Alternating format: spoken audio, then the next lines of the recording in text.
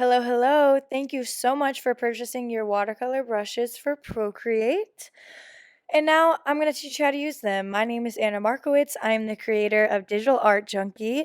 And in this video, I'm going to show you a breakdown of each of these brushes, what I use them for, and then I'm also going to show you how to use the paper textures, which really make all the difference in turning these designs from a digital piece to something that looks like it is watercolor on paper. Let's go. So just to help you visualize what I'm talking about with the difference that this paper texture makes, here I have a painting that I've divided in half to where the top part has the paper texture and the bottom doesn't.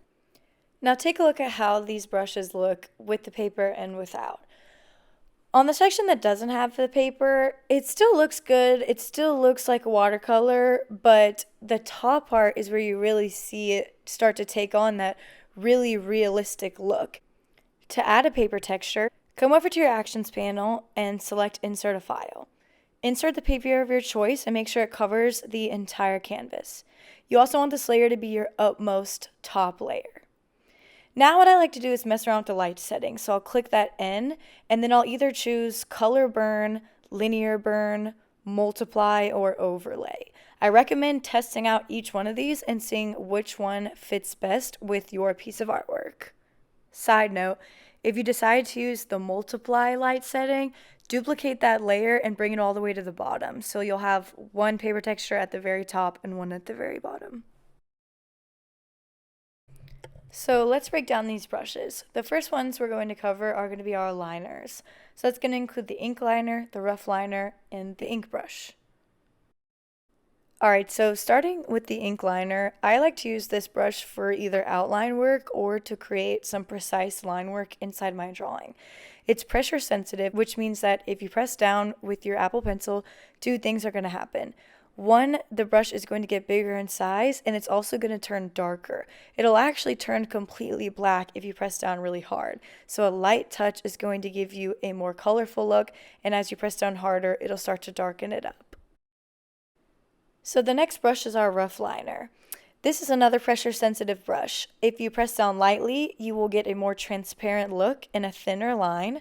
And as you increase pressure with your pencil, you will thicken up the line and add more pigment to the color. I like to use this brush for things like line work and outlines where I want it to have an almost splotchy looking appearance. So it's really great for things like water or clouds where you want to include line work, but you want it to blend in with the rest of your watercolor. Next up is the ink brush. This is a very water-heavy brush that is meant to really flow across your paper. The lighter touch you have, the thinner your line is going to be, and the heavier, the thicker the line will be. This brush is perfect for things like lettering or really clean line work.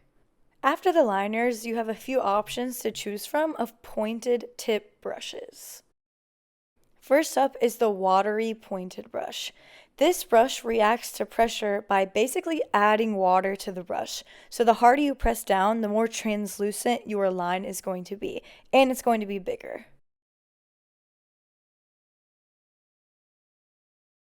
Next is the round pointed brush. This is going to be similar to our last one, but it's going to have a bit more pigment to it. Both the round pointed brush and the watery pointed brush are really great for lettering and really great for detailed work. I think these brushes are absolutely beautiful. Okay, so next we have the one pointed side brush. This is a brush that's really great for things like leaves, but one side of it gives you a sharp end and the other blends out onto the rest of the paper. Flip the direction that you are drawing in to change which side of the brush has the sharp end. The cat tongue brush is a fairly large brush that starts off with a sharp point and gradually gets larger the more pressure you put down with your pencil. It also lightens depending on how much pressure you are putting on the screen. The next brush is the old round brush. This brush acts similar to some of the others we've seen in the pack so far. If you press down harder, the brush gets bigger and it also starts to add water, so that means that it becomes a little bit more transparent. From there, you have two options for realistic watercolor brushes. What I mean by this is these are brushes that continue to blend as if you were adding water. These brushes work by allowing you to blend out the paint without lifting your pencil. So, By tapping the screen, you're adding paint to your canvas, and what you want to do is run your pencil in circular motions around the edges of your paint until you soften it out to a point that you like. If you want to add a little bit more pigment, just lift your pencil and repeat the process. I really like to use this brush for organic-like things, so water or clouds, because I think the circular motions and the way that it blends just makes it look very natural, and it's really fun to use and super easy to blend things out. So you can mix a lot of colors in really easily. The second realistic watercolor brush works in pretty much the exact same way as the first. You're going to add your paint to the screen, and then without lifting your brush, you'll continue to blend the rest out. The difference is that this brush has a bit more water and a bit more pigment. So on the initial placement of your pencil, you'll get more color, but it's also going to blend out a little harsher than the other one. So now let's take a look at some of the texture brushes. You can have a lot of fun with these, and they really make all the difference with giving you that realistic watercolor look. The first brush we're going to look at is Soft Blooms.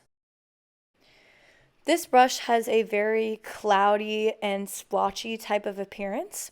It doesn't have a lot of water to it, which means that when you put it on the screen, it's not really going to move around that much. So rather than blending it out, you want to layer it on top of itself. So short strokes with your brushes will give you the look you want. The next brush is the accent brush. This brush has a very spiky bloomed texture, and it's extremely pigmented, so the more you put your brush on there, the darker it's going to get. I recommend using this brush in a similar way to that of the small blooms, which is short strokes, lifting your pencil and layering it on top of itself. Simply tapping the brush instead of gliding it will also start to give you some more of that bloomed look. The next brush in the texture section is the Cloudy Watercolor. I love this one because it's really unpredictable. It works by basically putting random size and random opacity of splotches onto the canvas. You can't tell exactly where they're going to land, but the harder you press down with your pencil, the bigger they will be. The next texture brush is the Wet Splotches brush, and this is exactly what it sounds like. It's just a bunch of wet splotches that are in varying sizes, and you can either glide your brush across the screen or you can tap. So now let's take a look at the shading brushes. I like to use these brushes for skin textures and then also for just adding value on a piece. The rough shading brush has a little bit more of a texturized feel to it, which means it just has a little bit of a rougher appearance. If you press down harder, it will get darker, a more opaque color, and as you lighten up pressure on your pencil, you are going to see a more translucent brush line. These brushes are meant to be layered rather than blended, so I recommend picking up your brush and layering new brush strokes on top of itself until you have a gradient that you like. So the smooth shading brush works pretty much in the same way as the rough shading. It just has a little bit of a softer appearance to it. So again, I really like to use this one for adding value, for adding gradient, shadows in the skin, things like that. So now let's see how these work side by side. On the top rectangle, we're going to have the rough shading brush, and on the bottom, we will use the smooth shading brush. Towards the left, I am pressing down harder with my brush, just with a white color, and then as I get to the right, I'm gradually just releasing pressure. Both of these achieve a similar look with a gradual change of value from dark to light, but you can still kind of see the brush strokes in between. But as we zoom in closer, we can see that the rough shading has a more visible texture and harder lines in between the different values, while the bottom one has a smoother look. Now let's take a look at the wash brushes. These are meant for covering big areas of your canvas at one time, and they're going to add a really beautiful watercolor texture to these large areas. Starting with the flat brush, we can see that it gives a pretty painterly look where you can see the ends of the paintbrush at the ends of the brush stroke. It's very translucent, so each time you lift your brush and put it on top of itself, it will get darker. It blends really well though. All the wash brushes have a good amount of water to them. This is how it looks when you use short brush strokes. So the soft wash offers a pretty non-texturized look, but it has a lot of water to it, and so it blends really beautifully. This is great for covering a large amount of space where you all you want is that water-like look, but you don't want like a crazy amount of texture. It is pressure sensitive and it starts off pretty translucent, so the more you add on top of it, the darker your look is going to get. This applies for the harder you press down on your pencil as well. Next is the rough wash. This is actually one of my favorite brushes in the whole pack. I absolutely love the texture that it gives.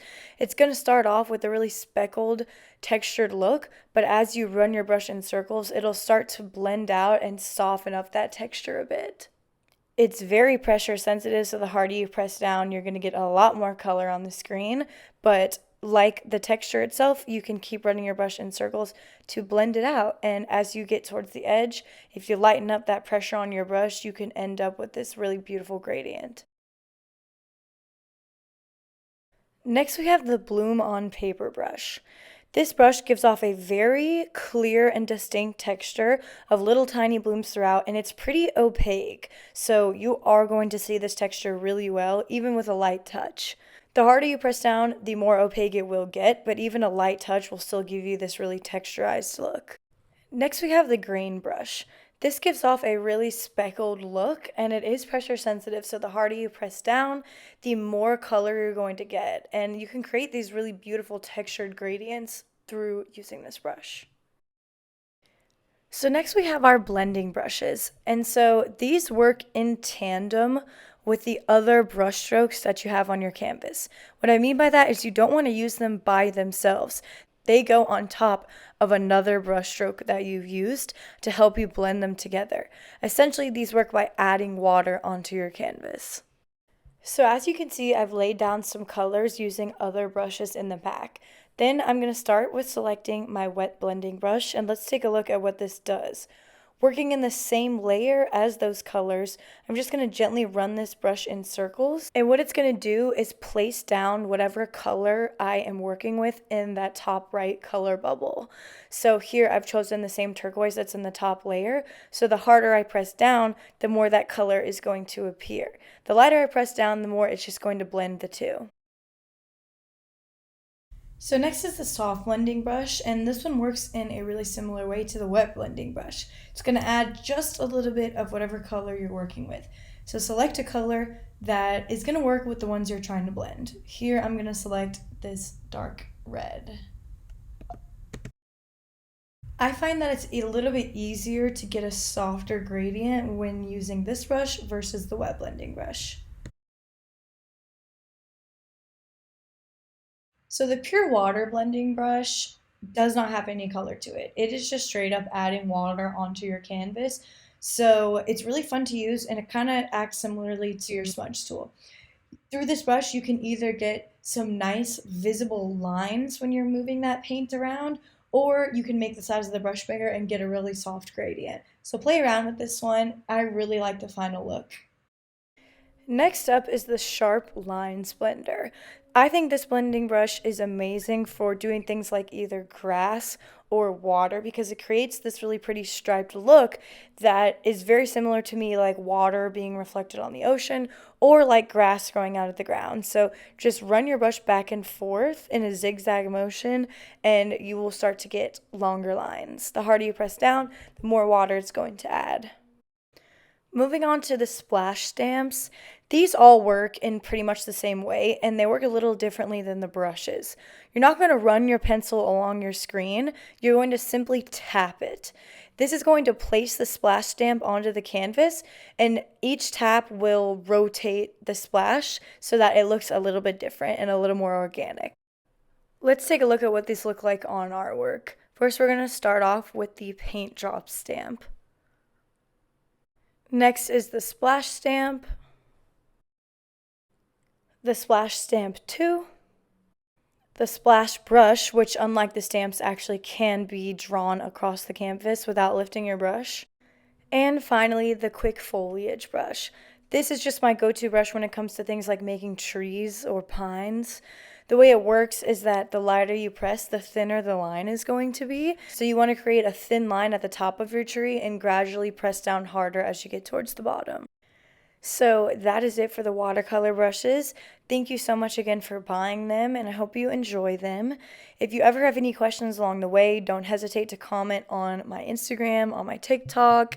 Make sure you follow me so you can stay up to date with new products, giveaways, and more.